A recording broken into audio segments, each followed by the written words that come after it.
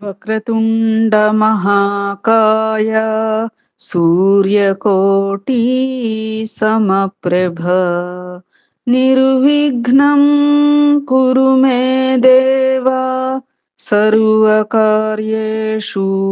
సర్వదా గురు బ్రహ్మా గురుర్విష్ణు గురుర్దేవో మహేశ్వరః గురు సాక్షాత్ పరబ్రహ్మ తస్మై శ్రీ గురవే నమః. శరదా శరదాంభోజ వదనా వదనాంబుజే సర్వదా సర్వదాస్మాకం సన్నిధిః సన్నిధిం క్రియాత్. ఓం గం గణపతయే నమః. సద్గురవే నమః. శ్రీ మహాసరస్వత్యై నమః. ఓం సమర్థ సద్గురు శ్రీ సాయినాథాయ నమః. శ్రీ సాయి లీలామృతం మనం దశమాధ్యాయానికి చేరుకున్నామమ్మా. నవమోధ్యాయ పరంగా మనం ఈ యొక్క సద్గురుని ఉపదేశాలు అనేటువంటి అంశం రీత్యా ఎన్నో తెలుసుకున్నాము. అంటే మన సాధన ఎట్లా ఉండాలి, మనం భగవంతుణ్ణి ఏ విధంగా ఆరాధించాలి, ఎలాంటి ఆరాధనలు మనకి సత్ఫలితాన్ని ఇస్తాయి అనేటువంటి అంశాల రీత్యా అనేక గాథలతో కూడినటువంటి విషయాలు తెలుసుకున్నాం.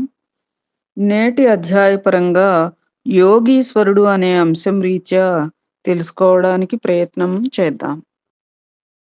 శ్రీరాముడు, శ్రీకృష్ణుడు వంటి అవతారాలు దుష్ట శిక్షణ చేస్తారు. శ్రీ దత్తాత్రేయుడు, శ్రీ దక్షిణామూర్తి అవతారాలు మానవులకు ఆధ్యాత్మ విద్యనందించి ధర్మాన్ని పోషిస్తారు. సద్గురువులందరూ వీరి రూపాలే. వీరు పూర్ణ సిద్ధులుగానే అవతరిస్తారు. అయినా వారు కూడా తాము సద్గురువును సేవించి తరించామని చెప్పి సాధకులకు ఆదర్శమవుతారు. శ్రీ దత్తాత్రేయుడు 24 మంది గురువుల నుండి జ్ఞానం ఆర్జించానని భాగవతంలో చెబుతారు. పుట్టగానే ప్రణవముచ్చరించి ఉపనయనం అవగానే వేదాలు వల్లించిన శ్రీ నృసింహ సరస్వతి స్వామి కూడా బాల్యంలోనే తల్లికి తన నోట విశ్వరూపం చూపిన శ్రీకృష్ణునిలాగా సద్గురువును సేవించినారు. వీరు తామే దైవమని, గురువులమని చాటుకోరు. భక్తులే వారి అనుభవాలను బట్టి వారిని అలా గుర్తిస్తారు. శ్రీ సాయి కూడా తాము పేద ఫకీరునని, భగవంతుని బానిసనని మాత్రమే చెప్పేవారు. ఏ పండు కూడా తాను పండునని చాటుకోదు, వెలుగు వెలుగునని చాటుకోదు. శ్రీమతి తర్కాడ్ ఆమె కుమారుడు 1917లో షిరిడీ వచ్చారు. ఆ కుర్రవాడిని 18 రూపాయలు దక్షిణ అడిగారు బాబా. అతను అది తీసుకుని రావడానికి వెళ్లేసరికి కొందరు భక్తులకు ధ్రువ చరిత్ర చదివి వినిపిస్తున్నాడు జోగ్. ఆ కుర్రవాడు వెంటనే తిరిగి వచ్చి, సాయి, నన్ను అక్కడికి ఎందుకు పంపారు? మీ వంటి సాధువులు దైవం ప్రసాదించిన శక్తులు గల మానవులే గాని దైవస్వరూపులు గారని అతను చెబుతున్నాడు. భగవంతుడు తనను నిందించినా కోపించడు గాని మీ వంటి సాధువులను చులకన చేస్తే సహించడు గదా అన్నాడు.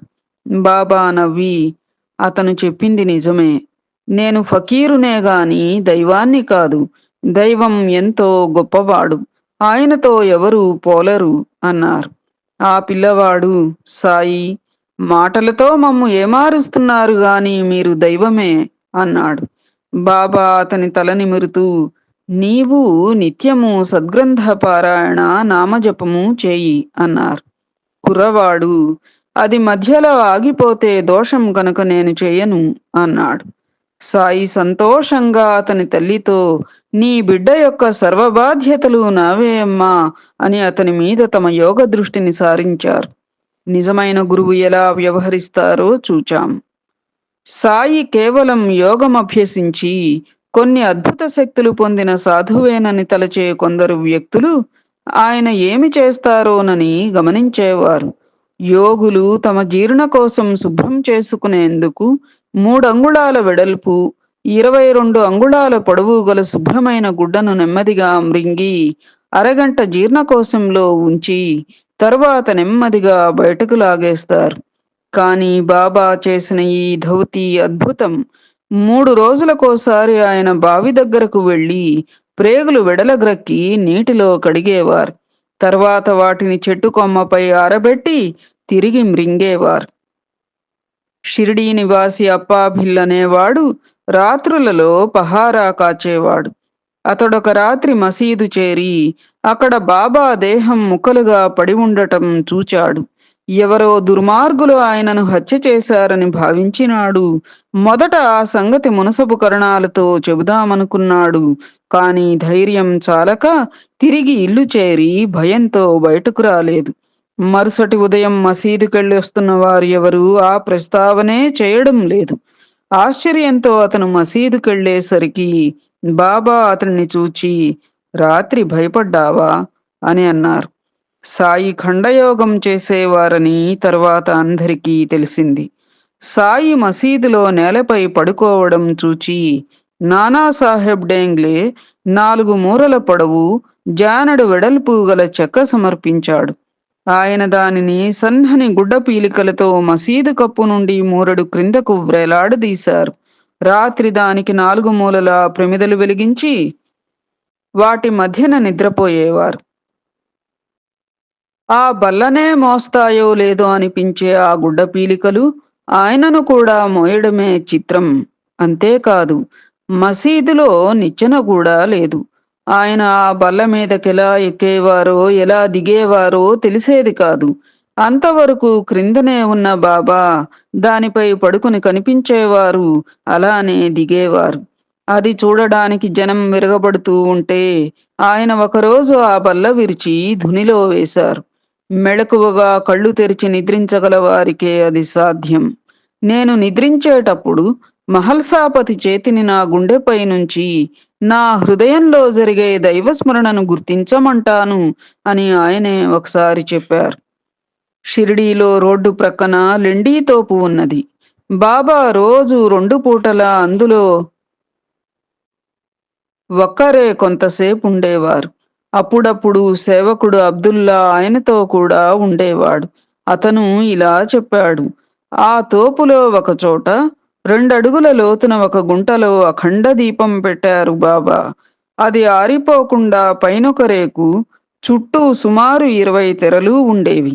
నేను ఆ దీపాన్ని కనిపెట్టుకుని ఉండేవాడిని. సాయి దాని దగ్గర కూర్చునేవారు. ఆయన కూర్చున్న చోట నుంచి ఆ దీపం కనిపించేది కాదు. ఆయన దగ్గరే 2 బకెట్లతో నీరు పెట్టేవాడిని.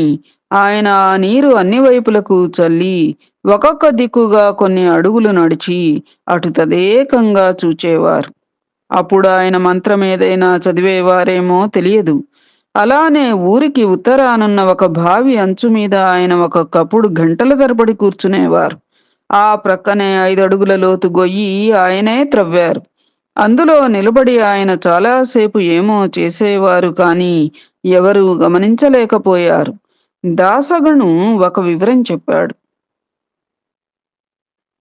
సాయి అరుదుగా మధ్యాహ్నం 1 గంట 2 గంటల మధ్య తామొక్కరే ఉన్నప్పుడు తమ ఎదుట తెరలాగా ఒక గుడ్డ పెట్టుకుని ఒక గుడ్డ సంచి నుంచి 10-15 కాసులు బయటకు తీసేవారు. వాటిలో దమ్మిడి, అణ, అర్ధణ, కాణి, బేడ, పావల, అర్ధరూపాయి, రూపాయి కాసులు ఉండేవి. అవన్నీ అరిగిపోయినవే. సాయి ఒక్కొక్క కాసును తమ వేళ్లతో రుద్దుతూ, ఇది నానాది, ఇది బాపూది, ఇది కాకాది అని గొణిగేవారు. ఎవరైనా వస్తే వెంటనే అవన్నీ సంచిలో వేసి దాచేసేవారు. ఆయన రీతిన భక్తులెరుగకనే వారి దుష్ట సంస్కారాలను అరగదీసి పవిత్రం చేసేవారు కాబోలు. వారిపై దృష్టి నిలిపే భక్తుల మీద బాబా తమ దృష్టి అంతకంటే ఎక్కువగానే ఉంచేవారు. శ్రీ సాయి బయటకు వెళ్ళేటప్పుడు మారుతి ఆలయం ఎదుట ఆగి ఏమో గొణుగుతూ మారుతి వైపుకు ఏవో భంగిమలు చేసేవారు. తర్వాత ఒక్కొక్క దిక్కు వైపు తిరిగి అలానే చేసి తదేకంగా చూచేవారు. ఒకప్పుడు ఎవరినో మందలిస్తున్నట్లు అన్ని దిక్కుల వైపు సటుకా ఊపేవారు, లేక రాయి విసురుతానని బెదిరించేవారు, లేక చెడుగా తిట్టేవారు. తెలియని వారు ఆయన పిచ్చివాడనుకునేవారు, తెలిసిన వారు ఆయన ప్రకృతి శక్తులను ఆదేశిస్తున్నారు అనేవారు. నేనొకసారి మసీదులో ఉన్నప్పుడు తీవ్రమైన గాలివాన వచ్చింది. ఇదెవరు చెప్తున్నారు? దాసగను గారు చెప్తున్నారు కదా! హ్మ్. సాయి మసీదు ముంగిటకొచ్చి జరాధావ్, కొంచెం శాంతించు అని కేకవేశారు. వెంటనే గాలివాన నిలిచిపోయింది అన్నాడు జయకర్. మరి ఒక రోజు బాబా నిష్కారణంగా అబ్బా అని కేకపెట్టారు.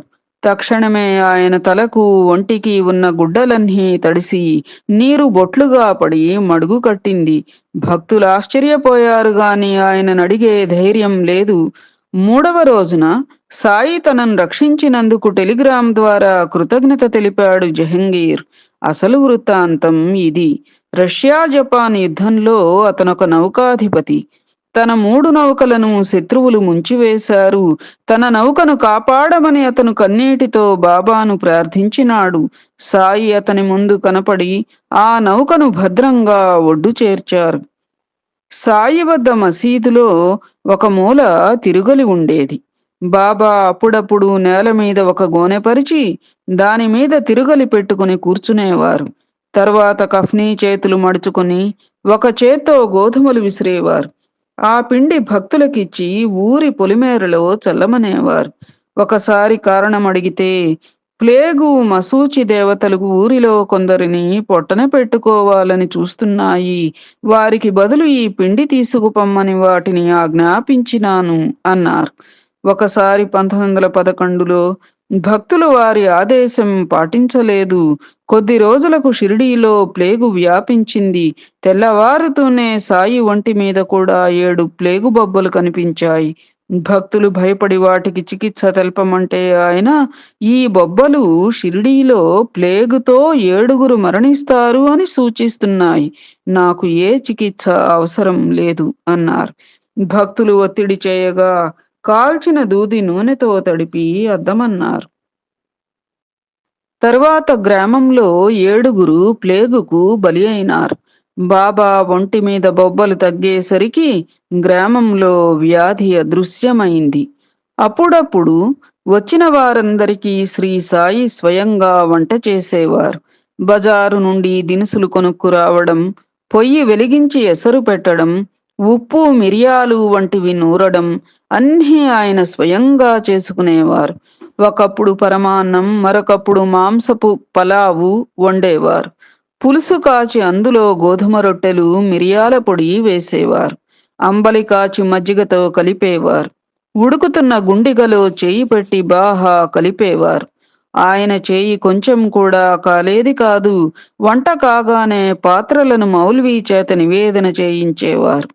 మొదట కొంచెం మహల్సాపతికి, తాత్యా పాటిల్కు పంపి తరువాత అందరికీ వడ్డన చేసేవారు. ఒక్కొక్కప్పుడు బాబా 15, 16 సేర్లు గోధుమలు విసిరి ఆ పిండితో ఎంతో నైపుణ్యంతో చపాతీలు చేసి నేరుగా ధుని మీద కాల్చి భక్తులకు పంచేవారు. ఒక్కొక్క దానిలో సుమారు 15, 16 పొరలు ఉండి తిండి పుష్టిగల వ్యక్తులకు కూడా ఒక్కటి తినటం కూడా కష్టమయ్యేంతలా ఉండేవి. వారు ఎంత ధన్యులో కదా! అది వారి అనుగ్రహానికి చిహ్నమే. మాంసాహారం వండినప్పుడు శాకాహారులను అచ్చటికి రానిచ్చేవారు కాదు. అది. ఏ సద్గురువైనా మనకి నిర్దేశించినటువంటి ధర్మాన్ని విస్మరించమని ఎవ్వరూ చెప్పరు. అది. సమానత్వం, సమదృష్టి ఉండాలి. కానీ ఎవరికి కేటాయించిన విధి విధానాలు జన్మతః ఏవైతే ఉన్నాయో వాటిని అతిక్రమించమని ఏ భగవంతుడు, ఏ సద్గురువు కూడా చెప్పరు. అది. వాటిల్లో ఉంటూ సమదృష్టి కలిగి అద్వైత భావన చేస్తూ ఉండాలి. అది కరెక్ట్ పద్ధతి. ఒక్కొక్కప్పుడు ఆయన భక్తులను చెడ్డగా తిట్టేవారు. కారణమడిగిన ఒకరితో నేను తిట్టలేదు, ఆశీర్వదించాను అన్నారు. జూన్ 27, 1922న నార్కే అను భక్తుడు దీక్షిత్‌కు ఇలా వ్రాసాడు: నేను ఖాపర్దే జాబుననుసరించి శ్రీ మౌలి మహారాజ్ అను సిద్ధపురుషుని దర్శించినాను. శ్రీ సాయి గొప్ప మహనీయులని వారు చెప్పేవారు. ఒకరోజు ఒక బ్రాహ్మణుడు నా ఎదుట సాయి ఒక పేదరాలిని చాలా చెడ్డగా తిట్టారు. ఆయన సాధువెలా అవుతారు అన్నాడు. మీకు అర్థం కాలేదు. ఆ విధంగా ఆమె కోరిక నెరవేర్చారు బాబా. మొదట ఆమెకు సంతానమే లేదు. ఇప్పుడు ఆమెకు బిడ్డలున్నారు. కావాలంటే పోయి చూడు అన్నారు ఆ మహనీయుడు. ఒక అర్ధరాత్రి మసీదులో సాయి ఒక్కరే ఉన్నారు. దూరాన ఒక ముంగిట్లో ఒక ప్రక్కగా పడుకున్న ఒక ముస్లిం భక్తునికి మెలకువ వచ్చి చూచాడు. సాయి ఏమో గొణుగుతూ ఆతృతగా అటూ ఇటూ తిరుగుతున్నారు. ఇంతలో ఆకాశంలోంచి కాంతిగోళం ఒకటి మసీదు వైపుకు దూసుకు వస్తోంది. బాబా త్వరగా అరబ్బీలో ఏవో మంత్రాలు పఠిస్తూ ధుని మీదకు తల వంచి మెడపై సట్కా పెట్టుకున్నారు. ఆ కాంతిగోళం మసీదులోకి రాగానే కొద్దిసేపు మసీదంతా వెలిగిపోయింది. మర్నాడు సాయి అతిథులొచ్చారు, సత్కరించాలి అంటూ మాంసం వండి మసీదులో ఒక చోట ఉంచారు. దాని భావమేమో ఎవరికీ తెలియలేదు. ఒకరోజు ధుని దగ్గర స్తంభానికి ఆనుకుని కూర్చున్న లక్ష్మీబాయి షిండేతో శ్రీ సాయి, ఇక్కడకు రోజూ వచ్చే పామును చూచావా అన్నారు. ఆమె చూడలేదు అన్నది. కొద్ది నిమిషాలలో ఒక పాము ఆయన వీపు మీదుగా భుజం పైకి ప్రాకి కూర్చున్నది. ఆమె భయంతో అదిగో పాము అన్నది. అదేమీ చేయదని, తన దారిన తాను తులసి బృందావనం వద్దకు వెళుతుందని బాబా చెప్పారు. ఆ క్షణంలో సాయి ఆమెకు శంకరునిలా తోచారు. కొద్దిసేపటికి ఆ పాము తులసి చెట్టు వద్దకు పోయింది. ఇందుకొక సారూప్యాన్ని ఇస్తాను. చింతపల్లి అడవులలో నివసించిన సిద్ధపురుషుడు శ్రీ పాకలపాటి గురువుగారితో నేను మీకీ అరణ్యంలో భయమయ్యలేదా అన్నాను. అసలు భయం ఎలా ఉంటుందో నాకు తెలియదు అన్నారాయన. మాకెందుకు భయం వేస్తుంది అన్నాను.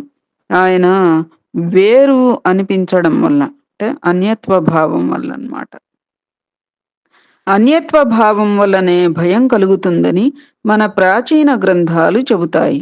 దానికి భిన్నమైనది అనన్యమైన ఆత్మభావం.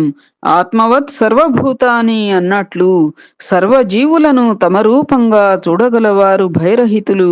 అట్టివారే జీవులకు అభయం ఇయ్యగలరు. ఇది దశమోధ్యాయం సంపూర్ణం. ఏతత్ ఫలం సర్వం సద్గురుచరణారవిందార్పణమస్తు. సద్గురవే నమః. శ్రీమాత్రే నమః. శ్రీ సీతారామ లక్ష్మణ భరత శత్రుఘ్న సహిత హనుమతే నమః. జై సాయి మాస్టర్.